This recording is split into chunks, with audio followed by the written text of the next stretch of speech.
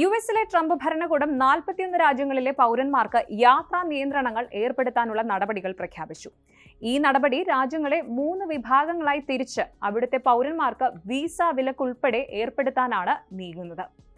ഇന്ത്യയുടെ അയൽ രാജ്യങ്ങളായ പാകിസ്ഥാൻ, ഭൂട്ടാൻ, മ്യാൻമർ എന്നിവിടങ്ങളിലെ പൗരന്മാർക്കടക്കം നിയന്ത്രണങ്ങൾ വരും.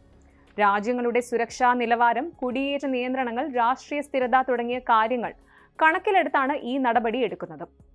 ആദ്യ വിഭാഗം എന്ന് പറയുന്നത് വിസ പൂർണ്ണമായും റദ്ദാക്കുന്ന രാജ്യങ്ങൾ. ആദ്യ വിഭാഗത്തിൽ 10 രാജ്യങ്ങൾ ഉൾപ്പെടുന്നുണ്ട്. ഇവിടെ നിന്നുള്ളവരുടെ വിസ പൂർണ്ണമായും റദ്ദാക്കും. ഈ രാജ്യങ്ങളിൽ അഫ്ഗാനിസ്ഥാൻ, ഇറാൻ, സിറിയ, ക്യൂബ, വടക്കൻ കൊറിയ തുടങ്ങിയ രാജ്യങ്ങൾ ഉൾപ്പെടുന്നു.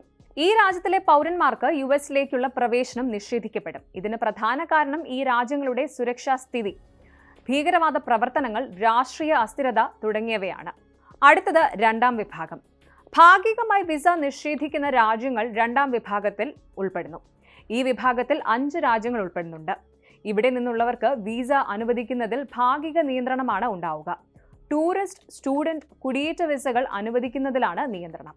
ഈ രാജ്യങ്ങളിൽ എറിത്രിയ, ഹെയ്തി, ലാവോസ്, മ്യാൻമർ, ദക്ഷിണ സുഡാൻ എന്നിവ ഉൾപ്പെടുന്നു. ഈ രാജ്യങ്ങളുടെ സാമ്പത്തിക സ്ഥിതി, രാഷ്ട്രീയ അസ്ഥിരത, കുടിയേറ്റ നിയന്ത്രണങ്ങൾ തുടങ്ങിയവ കണക്കിലെടുത്താണ് നടപടിയെടുക്കുന്നത്.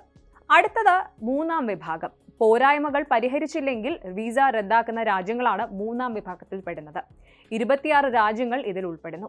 ഇതിൽ പാകിസ്ഥാനും ഭൂട്ടാനും ഉൾപ്പെടുന്നുണ്ട്. ഈ രാജ്യത്തിലെ പൗരന്മാർക്ക് 60 ദിവസത്തിനുള്ളിൽ പോരായ്മകൾ പരിഹരിക്കാൻ സർക്കാരുകൾ തയ്യാറായില്ലെങ്കിൽ വിസ ഭാഗികമായി റദ്ദാക്കും.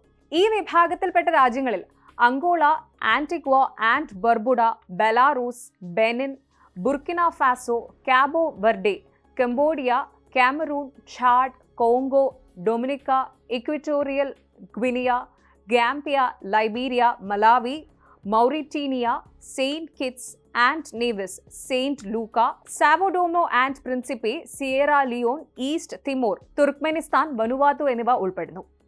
ട്രംപ് ഭരണകൂടത്തിലെ ഉദ്യോഗസ്ഥരെ ഉദ്ധരിച്ച് വാർത്താ ഏജൻസിയായ റോയിട്ടേഴ്സ് ആണ് ഇക്കാര്യം റിപ്പോർട്ട് ചെയ്തത്.